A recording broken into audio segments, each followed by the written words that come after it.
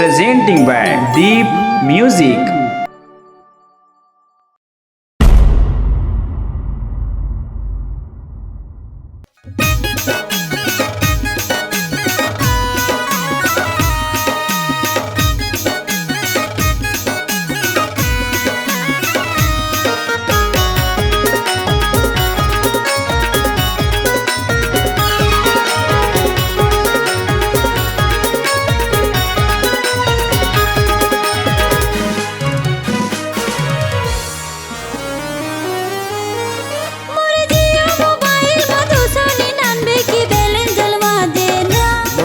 मसी लिखाए है का दिल्ली बम्बई कलकत्ता चेन्नई सब शहर घुमा देना।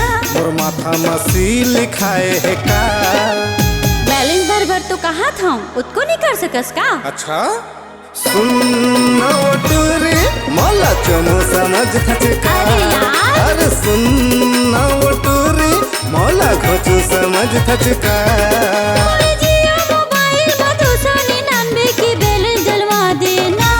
माथा मसी लिखाए है का दिल्ली बम्बई कलकत्ता चेन्नई सब शहर घुमा देना।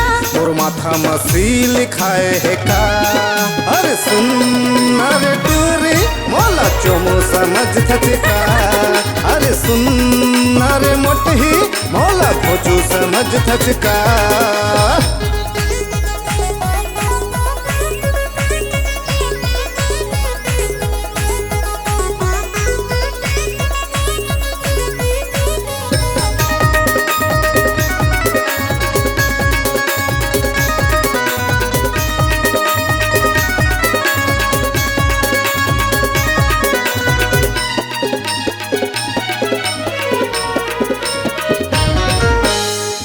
जैसे कटकटूरी देखे पहली टूरा लो फंसा थे। कौन बोली के नवा नवा कतको बहाना रोज मिले बर भला थे। अच्छा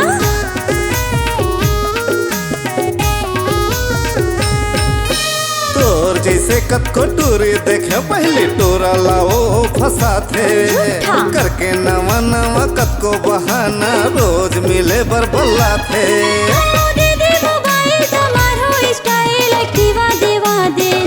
और माथा मसी लिखाए है का बनके हीरोइन तोर दिल के हीरोइन तुला घुमाहू ना। और माथा मसी लिखाए है का तो स्कूटी ले देना तो हम दोनों जन घूमबो।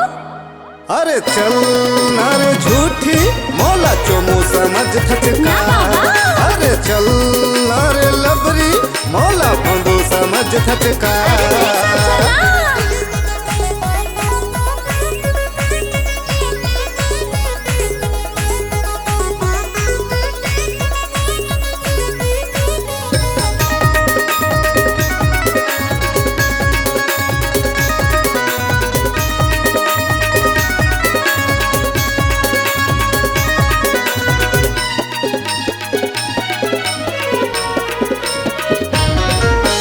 पढ़े लिखे में हबीए करे हाँ इसने छन समझबे।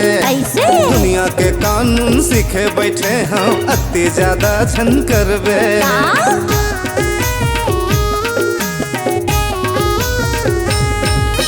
पढ़े लिखे में हबीए करे हाँ इसने छन समझबे। दुनिया के कानून सीखे बैठे हाँ अति ज्यादा छन करबे।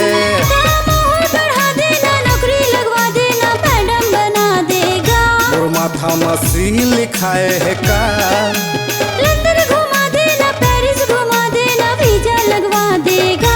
और माथा मसी लिखाए है का लंदन में ना सब चीजें सस्ता है वहाँ तो घुमा दे। लिसन मी यू डॉफर मौला चोमू समझ थचका। और सुन अरे टूरी मौला फंदू समझ थचका।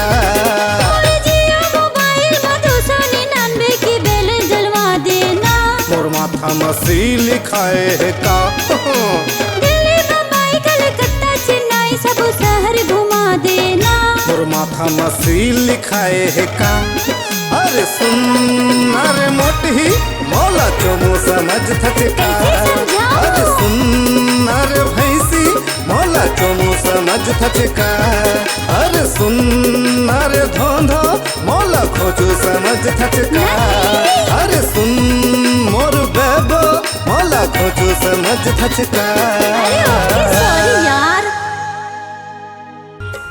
नमस्कार दोस्तों, नए नए छत्तीसगढ़ी गाने सुनने और देखने के लिए हमारे दीप म्यूजिक चैनल को अभी सब्सक्राइब करें और बेल आइकॉन के बटन को क्लिक करें।